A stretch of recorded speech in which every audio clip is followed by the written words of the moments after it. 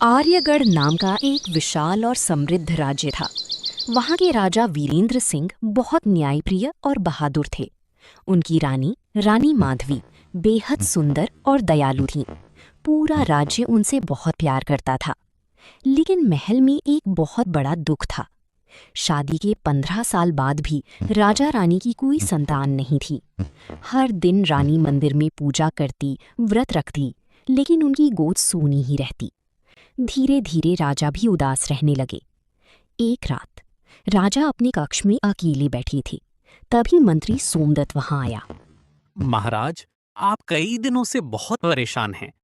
सोमदत्त, मेरे बाद इस राज्य का वारिस कौन बनेगा? अगर हमारी कोई संतान नहीं हुई तो आर्यगढ़ बर्बाद हो जाएगा। महाराज, जंगल के पार एक सिद्ध तांत्रिक रहता है। लोग कहते हैं उसके पास हर समस्या का समाधान है। उसे तुरंत महल में बुलाया जाए। सोमदत्त तांत्रिक को खोजने निकल गया। अगले दिन राजा वीरेंद्र अपने कक्ष में मंत्री का इंतजार कर रहे थे। तब सोमदत्त, क्या हुआ? तांत्रिक मिला? जी महाराज, मुझे तांत्रिक मिल गए। मैंने उनको सब बताया। वो कल हमारे महल में प्रस्थान करेंगे। सोमदत्त, तुम जानते नहीं हो, तुमने मेरे को एक नई उम्मीद दी आज। राजा वीरेंद्र रानी माधवी के कक्ष में जाते हैं।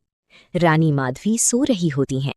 वो राजा वीरेंद्र की चलने की आहट सुनकर उसी क्षण उठ जाती हैं। रानी माधवी, मैं आपके लिए एक बहुत ही शुभ सूचना लाया हूँ। कल हमारे महल में एक तांत्रिक प्रस्थान करेंगे। हमारी संतान के लिए वो हमको कुछ उपाय बताएंगे। ये तो आपने बहुत अच्छी सूचना बताई है। रात्रि हो चुकी है, चलिए विश्राम कर लेते हैं। राजा वीरेंद्र और रानी माधवी सो जाते हैं और अगले दिन सुबह रानी माधवी मंदिर जाकर प्रार्थना करती हैं अपनी संतान के लिए। और महल में लौटते वक्त राजा वीरेंद्र रानी माधवी का इंतजार कर रहे होते हैं।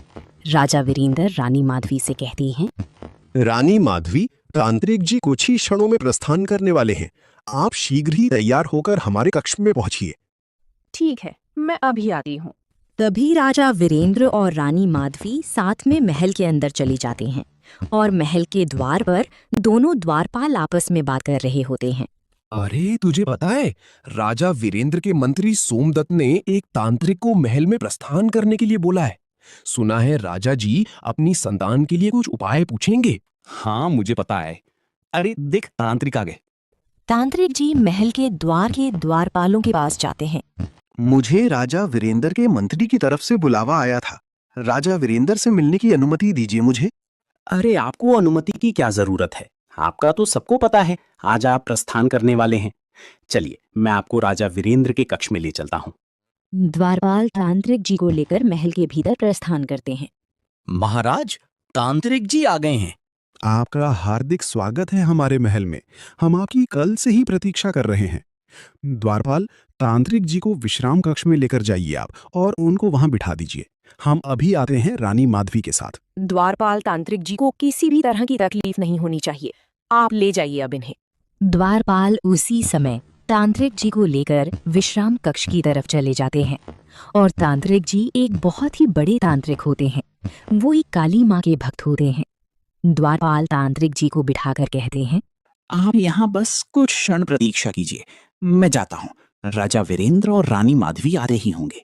राजा वीरेंद्र रानी माधवी को लेकर विश्राम कक्ष में पहुंच जाते हैं और तांत्रिक जी से कहते हैं, हम तो धन्य हो गए, आपने हमारे महल में प्रस्थान किया। महाराज, आप ये कैसी बात कर रहे हैं?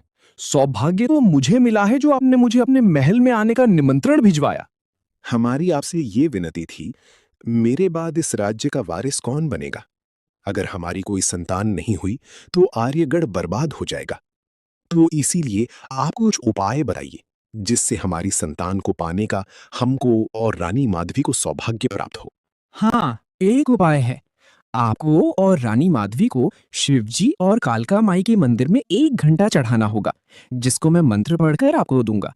उससे आपके और रानी माधवी के ऊपर महादेव और काली माता की शक्ति प्रदान होगी। ठीक है, मैं आपके साथ आपकी कुटिया में चलता हूँ। राजा वीरेंद्र उनके साथ उनकी कुटिया में जा रहे होते हैं और वहां पहुंचकर तांत्रिक राजा वीरेंद्र से बोलते हैं, महाराज, आप यहाँ बस कुछ क्षण प्रतीक्षा करिए, मैं अभी वो घंटा आपको ला कर देता हूँ। आप आराम से जाइए, मैं यहीं प्रतीक्षा कर रहा हूँ।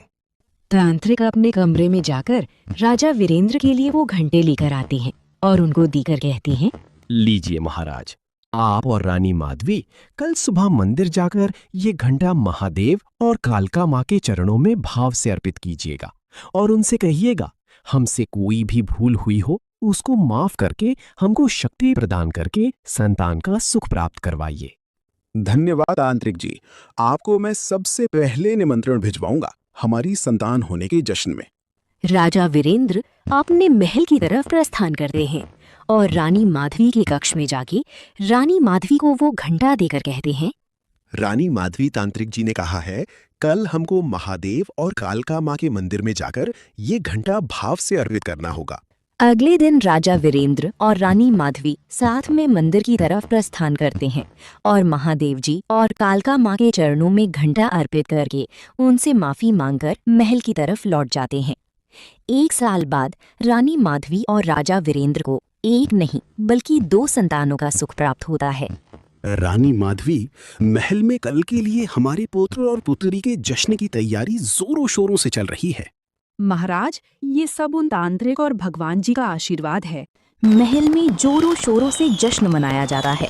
सभी लोग नृत्य कर रहे होते हैं और राजा वीरेंद्र तांत्रिक जी से कहते हैं, मैं आपका कैसे शुक्रिया अदा करूं? आज आपकी बदौलत हमको 2 संतान का सौभाग्य प्राप्त हो गया है। महाराज, इसमें शुक्रिया मेरा नहीं भगवान जी का करिए, क्योंकि भगवान के घर सवेर है अंधेर नहीं। महाराज वीरेंद्र और रानी माधवी अपनी आगे की जिंदगी खुशी खुशी अपनी दोनों संतानों के साथ बिताने लगे। और आपको ऐसी ही और कहानियां देखनी है तो हमारी चैनल को सब्सक्राइब कर लीजिए।